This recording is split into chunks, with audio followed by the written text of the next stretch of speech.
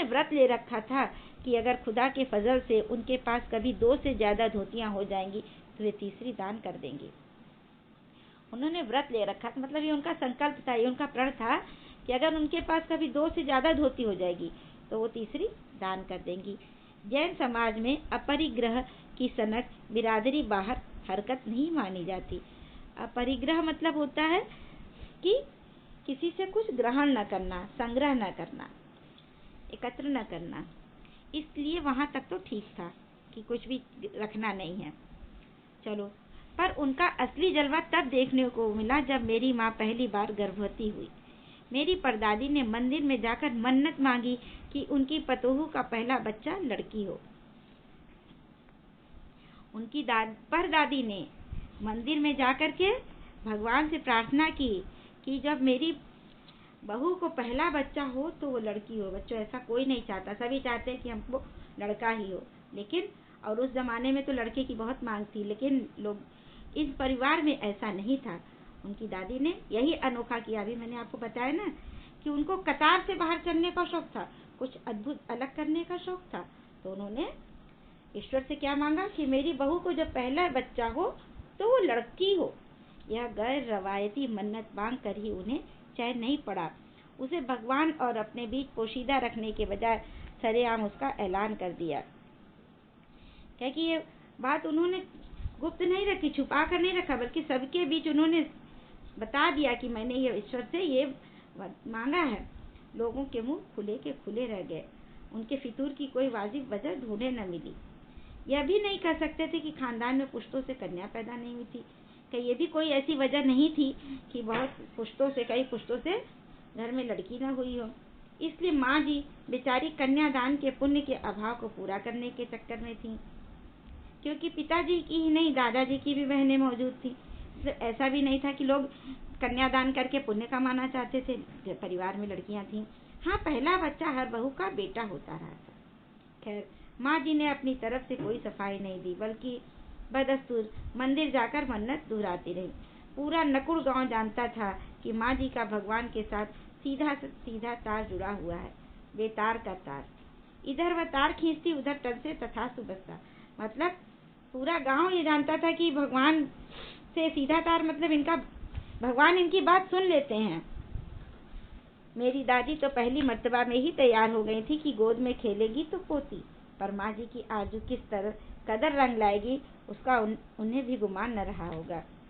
मतलब दादी ने सोच लिया था, ईश्वर से मांग लिया था कि जब मेरी गोद में खेलेगी तो मेरी पतोहू की कन्या ही खेलेगी, बेटी ही होगी। लड़की की गैर वाजिब जुस्तजू सुन भगवान कुछ ऐसी अफरा तफरी में आ गए कि एक न दो पूरी 5 कन्याएं एक के बाद एक धरती पर उतार दी। और भगवान ने कुछ ऐसा सुना, दादी जी की ऐसी पुकार सुनी कि एक दो नहीं पूरी 5 कन्याएं हो गईं। भगवान को क्या कहे, माँ जी के सामने तो नामी चोर भी अफरा तफरी में आ जाते थे। माँ जी और नामी चोर का किस्सा होश संभालने के बाद मैंने कई बार सुना था। चोर के दीदार की खुशनसीबी भी हाथ आई थी। मतलब इनके घर में एक बार चोर आया था, उसके बारे में भी लेखिका बता रही हैं कि क्या हुआ था। वो घटना मैं बता रही हूँ। हुआ यूँ था कि किसी शादी के सिलसिले में नकुड़ की हवेली के तमाम मर्द बारात में दूसरे गांव गए हुए थे। मतलब शादी थी और सभी लोग जो है, जितने भी मर्द, जितने भी आदमी लोग थे, जितने भी जेंट्स लोग थे, दूसरे गांव में एक बारात में गए थे। औरतें सज धज कर रत जगह मना रही थी। जो रात में शादी ब्याह में लोग रात भर नाच गाना करते हैं, तो औरतें सज धज के वही कर रही थी। नाच गाने और ढोलक की थाप के शोर में नामी चोर कब सेंध लगाकर हवेली में घुसा, किसी को खबर न हुई। सेंध लगा करके मतलब दीवार को धीरे से कहीं से तोड़ करके एक चोर घुस गया और ये किसी को पता ही नहीं चला, क्योंकि नाच गाना और ढोलक की शोर थी।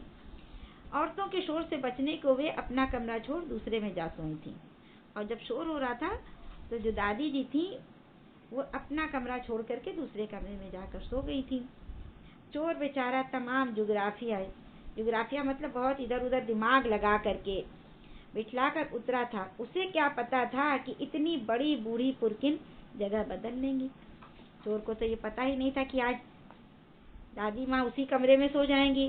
खैर बुढ़ापे की नींद ठहरी चोर के दबे पाँवों की आहट से ही खुल गई, क्योंकि बुढ़ापे में थोड़ी कच्ची नींद होती है, जल्दी खुल जाती है। और जैसे चोर घुसा घर के अंदर दबे पाँव धीरे से, तब भी दादी जी की आंख खुल गई। कौन? माँ जी ने इत्मीनान से पूछा। यहाँ माँ जी वही परदादी के लिए कहा गया है। कौन? माँ जी ने इत्मीनान से पूछा। जी मैं। चोर ने युगों से चला आ रहा पारंपरिक असंगत जवाब दिया। चोर ने खुद ही कह दिया कि जी मैं। पानी पिला, माँ जी ने कहा। माँ जी ने चोर से क्या कहा? कि मुझे पानी पिला। जी मैं। चोर झिझक कर रह गया। चोर सोचा कि अरे ये मुझसे पानी मांग रही, मैं तो चोर हूँ। बेचारा घबरा करके बोला जी मैं। तब तक माँ जी बिस्तर के बराबर में टटोल कर देख चुकी थी, लोटा खाली था। ऐसा कर उन्होंने कहा, यह लोटा ले और कुएं से पानी भर ला, पर देख कपड़ा कसकर बांधे रखियो और तरीके से छानियो। उन्होंने लोटा चोर को दे दिया और कहा कि ये ले कुएं से पानी भर के ले आ और कपड़ा कसकर बांधे रखियो और तरीके से छानियो। अभी इसका अर्थ मैं आपको आगे बताऊंगा। चोर घबरा गया। अंधेरे में इन्होंने कैसे जाना कि उसके मुंह पर कपड़ा बंधा है और कमर में भांग। जो दादी जी ने कहा कपड़ा कसकर बांधे रखियो और तरीके से छानियो, इसका मतलब कि जो मुंह पर कपड़ा है उसको कस के बांधे रहना। भगवान से उनका तार जुड़े होने की खबर उसे थी, पर बुढ़िया भांग भी छानती होगी, एकदम यकीन न हुआ। इसी से कुछ हैरान परेशान हो उठा वो चोर। घबरा गया कि अरे कैसे इनको सब पता चल गया। जल्दी कर भाई। तभी माँ जी ने कहा, बड़ी प्यास लगी है। पर मैं तो चोर हूँ। मारे घबराहट और धर्म संकट के चोर सच कह गया। लेकिन जब बार बार उसे पानी मांगा जा रहा था, चोर से दादी माँ बार बार पानी के लिए कह रही थी, तो बेचारा एकदम घबरा गया और उसने घबराहट में कह दिया कि अरे मैं तो चोर हूँ। कैसा लगा बच्चों? अब मैं आपको गृह कार्य दे रही हूँ। आगे का भाग मैं इसके बाद वाली कक्षा में पढ़ाऊंगी। गृह कार्य में बच्चों मैंने आपको प्रश्न दिया है, इसके आपको उत्तर लिखने हैं। पहला प्रश्न है, लेखिका की माँ का परिवार में अधिक मान सम्मान होने का क्या कारण था? दूसरा प्रश्न है, लेखिका की दादी के घर का माहौल कैसा था? तीसरा प्रश्न है, परदादी ने पतोहू के लिए पहले बच्चे के रूप में लड़की पैदा होने की मन्नत क्यों मांगी? चौथा है, परदादी के कमरे में रात में कौन घुस गया और उससे उन्होंने क्या कहा? ये चारों प्रश्न अभी जितना मैंने आपको पाठ पढ़ाया है उसी पाठ से संबंधित है, तो इसका उत्तर आपको लिखना है। धन्यवाद बच्चों।